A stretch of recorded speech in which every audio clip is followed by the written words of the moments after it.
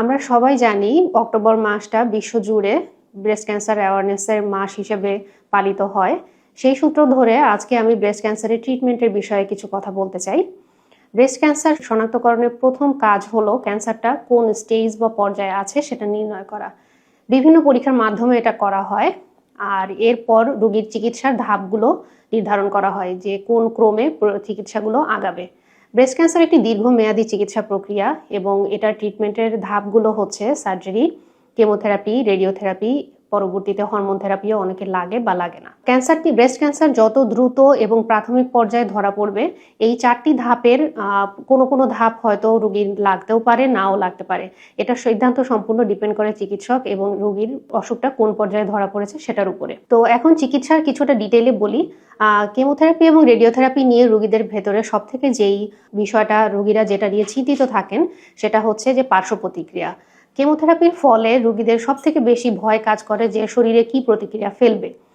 সেক্ষেত্রে একজন বিশেষজ্ঞ হিসেবে আমি রোগীর কাছ থেকে যেই প্রশ্নগুলো সবথেকে বেশি ফেস করি যে কেমোথেরাপি দিলে শরীরে কি কি পরিবর্তন আসবে, রোগীরা সবথেকে বেশি চিন্তিত থাকেন চুল পড়া নিয়ে। তো কেমোথেরাপি দিলে চুল পড়বে, তবে আশাজনক ব্যাপারটি হচ্ছে যে এই কেমোথেরাপি শেষ হওয়ার 2 থেকে 3 মাস পরে সম্পূর্ণ সুন্দর নতুন চুল বের হয়।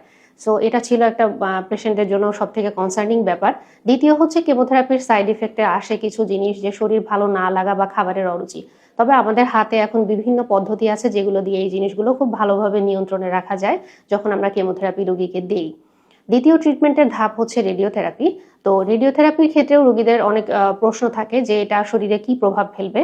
তো ব্রেস্ট ক্যান্সারের জন্য রেডিওথেরাপি নেওয়াটা হচ্ছে অন্যতম সহজ একটা ট্রিটমেন্ট, এবং এটার থেকে যেখানে রেডিওথেরাপিটা দেওয়া হয় বুকে, সেই জায়গার চামড়াটা কালো হওয়া ছাড়া প্রাথমিক খুব বেশি পরিবর্তন রোগী আসলে ফেস করে না।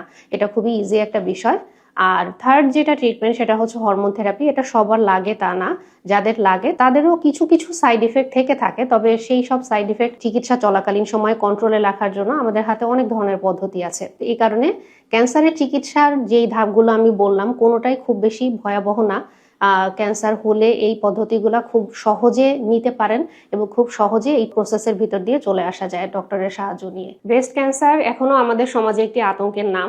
দ্রুত শনাক্তকরণ এবং সঠিক চিকিৎসার মাধ্যমে ব্রেস্ট ক্যান্সার থেকে সম্পূর্ণ মুক্তি পাওয়া যায় এবং সুস্থ জীবনযাপন করা যায়। এই উদ্দেশ্যেই বলা যে আমাদের মাদানী এভিনিউ অবস্থিত ইউনাইটেড মেডিকেল কলেজ হসপিটালে ব্রেস্ট ক্যান্সার শনাক্তকরণ এবং চিকিৎসার সমস্ত ধাপ আমরা দিতে পারি। আপনার ফ্যামিলিতে যদি কেউ ক্যান্সার আক্রান্ত রোগী থেকে থাকে, ব্রেস্ট ক্যান্সার স্পেশালি, এবং যদি আপনার বয়স 40-এর উপরে হয়, তাহলে অবশ্যই আমাদের হসপিটালে যোগাযোগ করবেন শনাক্তকরণ এবং চিকিৎসার বিভিন্ন ধাপ নেওয়ার ব্যাপারে বা আলাপ আলোচনার জন্য।